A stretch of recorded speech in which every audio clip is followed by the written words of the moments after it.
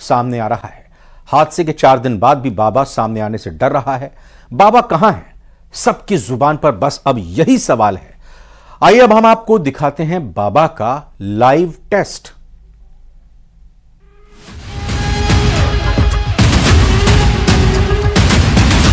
कहां छिप कर बैठा है बाबा सूरजपाल? बयान आया लेकिन बाबा क्यों नहीं आया? खुद को भगवान बताने वाले बाबा को किसका डर? हाथरस भगदड़ मची, 121 लोगों की मौत हुई। जिस बाबा ने भीड़ जुटाई वो बाबा तो सामने नहीं आया, लेकिन आज सुबह खुद को भगवान बताने वाले बाबा सूरजपाल का एक बयान जरूर सामने आया। बयान में बाबा ने हादसे पर दुख जताया, शासन और प्रशासन पर भरोसे का दावा किया, उपद्रवी बख्शे नहीं जाएंगे वाला नया ज्ञान दिया और ऑन कैमरा पीड़ितों को मदद का आश्वासन भी दिया। 2 जुलाई की घटना के बाद बहुत ही व्यथित हैं कि घड़ी से उबरने की शक्ति दें। सभी शासन एवं प्रशासन पर भरोसा बनाए रखें। हमें विश्वास है जो भी उपद्रवकारी हैं वो बख्शे नहीं जाएंगे। हमने अपने वकील डॉक्टर AP सिंह जी के माध्यम से कमेटी के महापुरुषों से ये प्रार्थना की है कि दिवंगत आत्माओं के परिजनों एवं इलाजरत घायलों के साथ जीवन पर्यंत तन धन से खड़े रहने का आग्रह किया है। बाबा सूरजपाल का यह बयान हाथरस हादसे के मुख्य आरोपी और बाबा के राइट हैंड माने जा रहे देव प्रकाश मधुकर की गिरफ्तारी के बाद सामने आया है।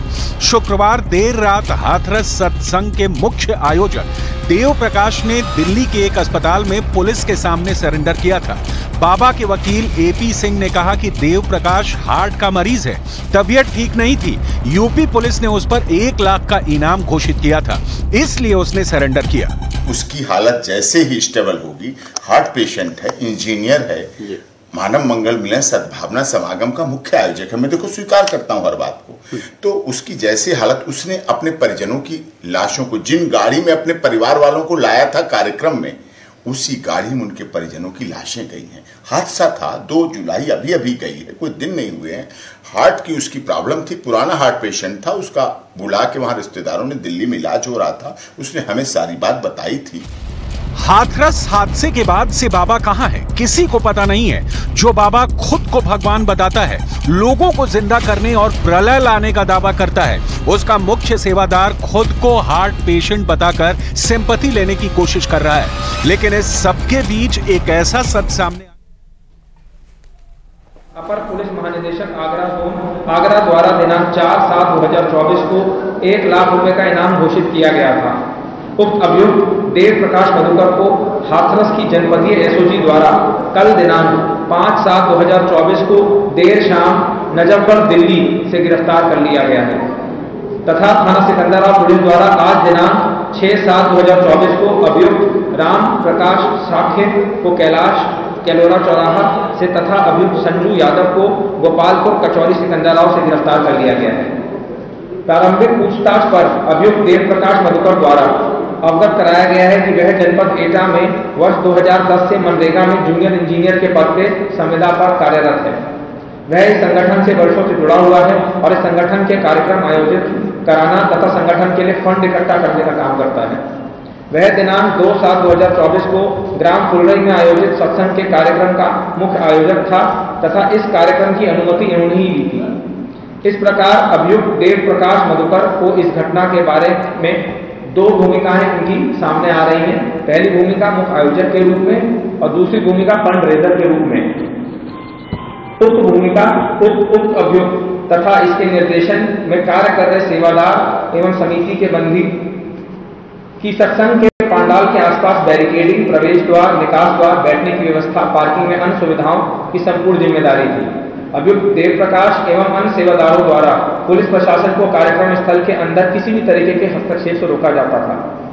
उक्त कार्यक्रम स्थल पर इनके सेवादार तरह तरह की वेशभूषा में, कमांडोज की ड्रेस में सारी व्यवस्थाएं देखते थे। कार्यक्रम स्थल पर किसी भी व्यक्ति की वीडियोग्राफी अथवा फोटोग्राफी करने से रोका जाता था।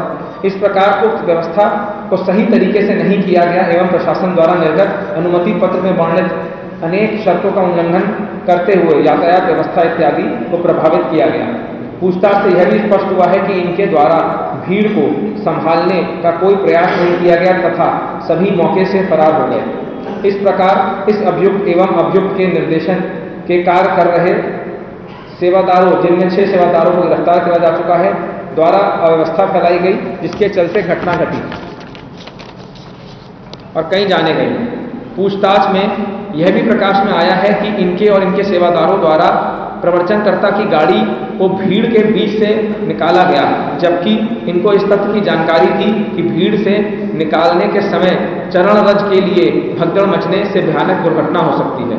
इसके अतिरिक्त यह तथ्य भी गहराई से जांच की जा रही है कि इस घटना के आयोजक सेवादारों द्वारा किसी के कहने या किसी के दुष्प्रेरित करने से तो ये नहीं कराई गई है एवं आवश्यकता अनुसार गिरफ्तार सेवादार आयोजकों को पुलिस कस्टडी रिमांड में लेकर पूछताछ की जाएगी।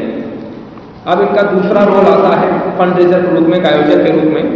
अभियुक्त देव प्रकाश मधुकर इस संगठन में काफी दिनों से जुड़े हुए हैं और संगठन के फंड रेजर का काम करते थे और संगठन को संचालित करना तथा सत्संग इत्यादि करने के लिए पैसा इकट्ठा किया करते थे।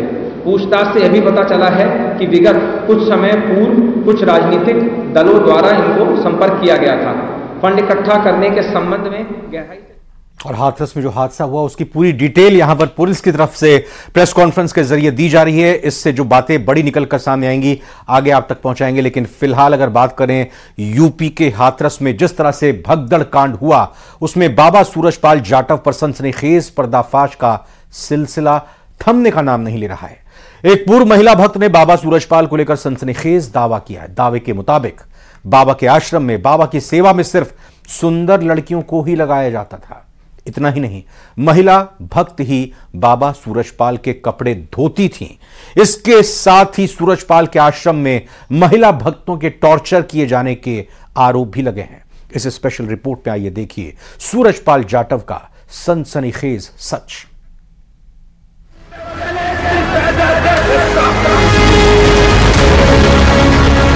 हिंदू मुस्लिम सिख ईसाई का ये देश बचाने के लिए मैं प्रयास हुआ हूँ। इसके पास आप है, देखिए क्या क्या घूम रहा है। श्री कृष्ण परमात्मा की चौकी के जो विराजमान हैं।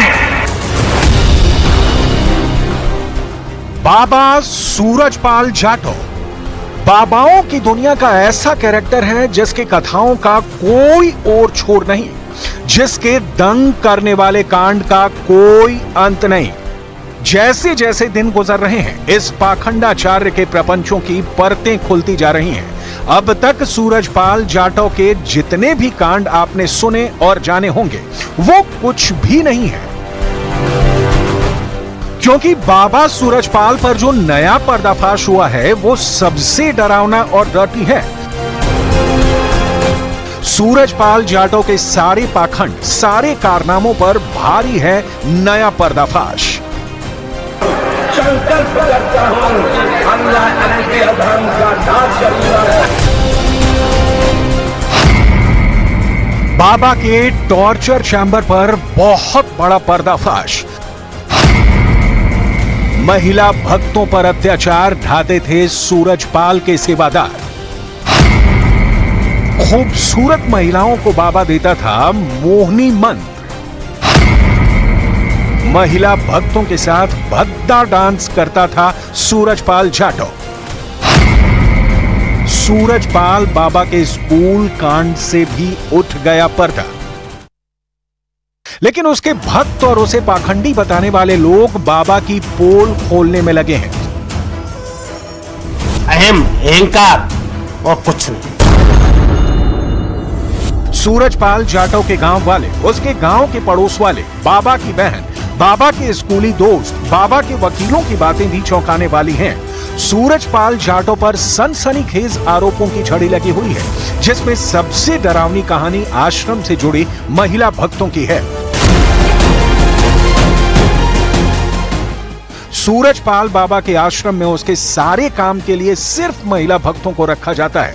महिला भक्त बाबा के लिए क्या क्या करती हैं, इसकी जो जानकारी सामने आई है, उसके मुताबिक बाबा की सेवा में सिर्फ सुंदर लड़कियों को लगाया जाता है। महिला भक्त ही बाबा सूरजपाल के कपड़े धुलती हैं। महिला भक्त ही बाबा सूरजपाल को स्नान करवाती हैं। बाबा सूरजपाल के आश्रम में सामान्य नयन नक्श की महिला भक्तों को भगा दिया जाता है। महिला भक्तों को घसीटकर आश्रम के बाहर निकाल दिया जाता है। महिला भक्तों से हर वक्त घिरा रहने वाला सूरजपाल जाटव उन पर मोहिनी मंत्र चलाता था। सूरजपाल जाटव, जो खुद को देवता कहता था, भगवान कहता था, वो महिलाओं को मोहित करने के लिए एक ऐसे मंत्र का इस्तेमाल करता था जिससे महिलाएं उसके करीब खींची चली आती थी। दावा किया जा रहा है कि बाबा के पास एक मोहिनी मंत्र है जिससे वो कम उम्र की लड़कियों को आकर्षित करने का ढोंग रचता था। इसी हथकंडे को उसके भक्त मोहिनी मंत्र का नाम देते थे। देश भर में मानसून के आते ही कई राज्यों में बाढ़ जैसे हालात बन गए हैं। असम में 56 लोगों की जान चली गई, तो उत्तराखंड में भी लैंडस्लाइड की घटनाएं सामने आई हैं।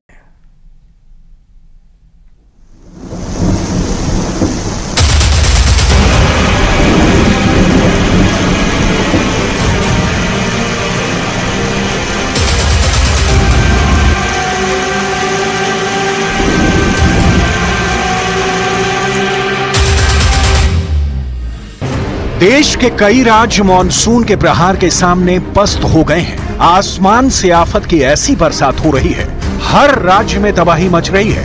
मौसम विभाग ने 12 राज्यों में भारी बारिश का अलर्ट जारी किया है। जम्मू कश्मीर में मूसलाधार बारिश की वजह से नदियां उफान पर हैं।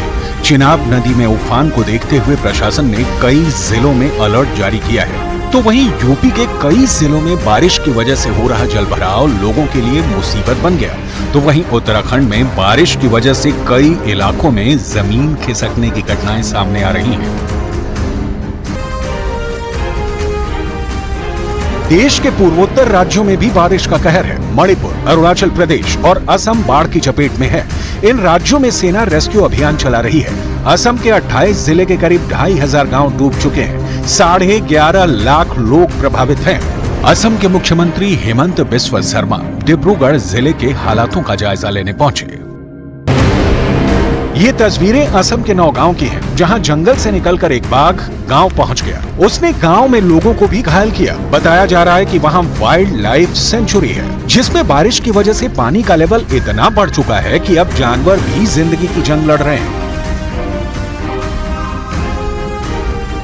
असम का काजीरंगा नेशनल पार्क बाढ़ में डूब गया है, जिसकी वजह से 17 पशुओं की मौत हो गई है। हालत ये हो गई है कि काजीरंगा पार्क के गैंडे जंगल छोड़कर शहरों के अंदर पहुंच गए हैं। बिहार के नवादा की ये डराने वाली तस्वीरें हैं। लगातार हो रही बारिश से झरने से बेतहाशा पानी गिरने लगा। पानी की रफ्तार इतनी तेज है कि वहां दीवार बनाने का काम रोकना पड़ा और झरने की तरफ जाने के रास्ते बंद करने पड़े। उत्तराखंड में लगातार बारिश होने से नदियों का जलस्तर बढ़ गया है। देहरादून में हुई भारी बारिश के कारण गुच्चू पानी के पास बने टापू पर 10 पर्यटक फंस गए, जिसके बाद एसडीआरएफ की टीम मौके पर पहुंची और रस्सी की मदद से पर्यटकों को रेस्क्यू किया गया। जम्मू कश्मीर में लगातार हो रही बारिश की वजह से नदियां उफान पर हैं। अखनूर में चिनाब, जम्मू तवी समेत कई नदियों का जल स्तर बढ़ चुका है, जिसकी वजह से आसपास के इलाकों में बाढ़ का खतरा बढ़ गया है, जिसको देखते हुए प्रशासन ने लोगों को अलर्ट रहने की सलाह दी है। साथ ही संबंधित विभागों और पुलिस थानों को भी अलर्ट कर दिया गया है। मौसम विभाग ने अगले 2 दिनों तक जम्मू कश्मीर सहित कई राज्यों में भारी बारिश की चेतावनी जारी की है। मॉनसून की एंट्री के साथ ही उत्तराखंड में लैंडस्लाइड शुरू हो गई है। बुधवार को गढ़वाल और कुमायूं मंडल में तेज बारिश हुई, जिससे बद्रीनाथ को जाने वाला हाईवे करीब 5 घंटे तक अलग अलग जगहों पर लैंडस्लाइड के कारण बंद हो गया। गुजरात के वलसाड में बड़ा हादसा हो गया। रामवाड़ी इलाके में इमारत का स्लैब गिर गया। सीसीटीवी में कैद तस्वीर को देखिए। इमारत के नीचे से स्कूटर से लोग आ जा रहे हैं, लेकिन अचानक से इमारत का एक हिस्सा धड़ाम से नीचे गिरा। लेकिन राहत की बात यह रही कि जब इमारत का स्लैब नीचे गिरा तब वहां कोई मौजूद नहीं था। लगातार हो रही बारिश की वजह से इस इमारत के हिस्से टूट टूट कर नीचे गिर रहे हैं। मौसम विभाग ने हिमाचल प्रदेश के मंडी, सिरमौर और शिमला जिले में फ्लैश फ्लड की चेतावनी दी है।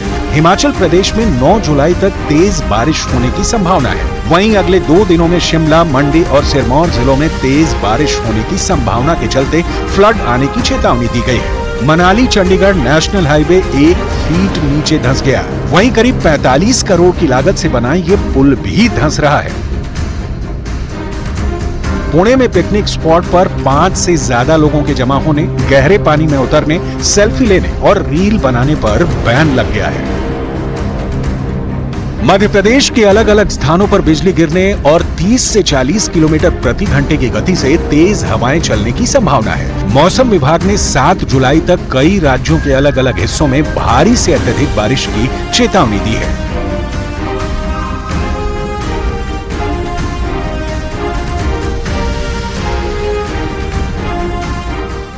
लगातार हो रही बारिश की वजह से अमरनाथ यात्रा रोकी गई है। अमरनाथ यात्रियों के किसी भी नए जत्थे को अब आगे जाने की अनुमति नहीं दी गई है। बताया गया है कि मौसम में सुधार के बाद यात्रियों को आगे बढ़ने की इजाजत दी जाएगी और फिलहाल यात्रा रोक दी गई है और प्रशासन अमरनाथ यात्रियों के लिए सभी व्यवस्थाएं करने में जुट गया है। और फटाफट अंदाज में देखते हैं 5 मिनट में